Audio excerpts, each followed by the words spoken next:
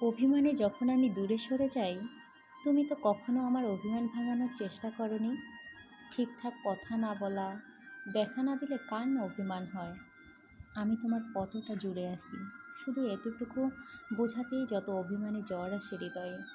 আমার এ জ্বর তোমার হৃদয় স্পর্শ করতে পারে না।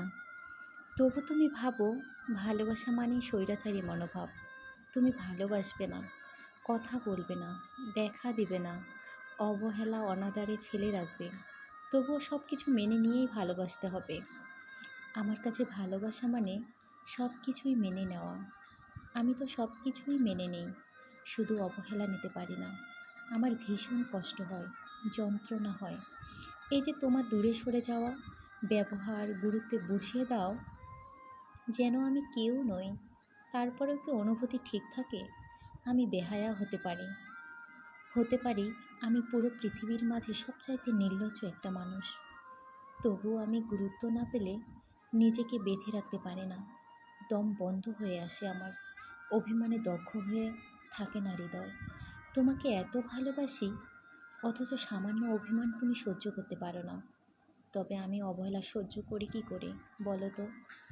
তোমার বেলায় আমার সব সহ্য করতে হবে, তবে আমার বেলায় কেন দ্বিচারিণী তুমি?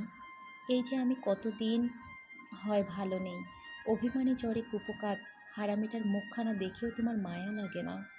আমার অভিমানে তুমি আরও দূরত্ব বাড়িয়ে নিজেকে সরিয়ে নিয়ে বোঝাতে চাও ভালোবাসো।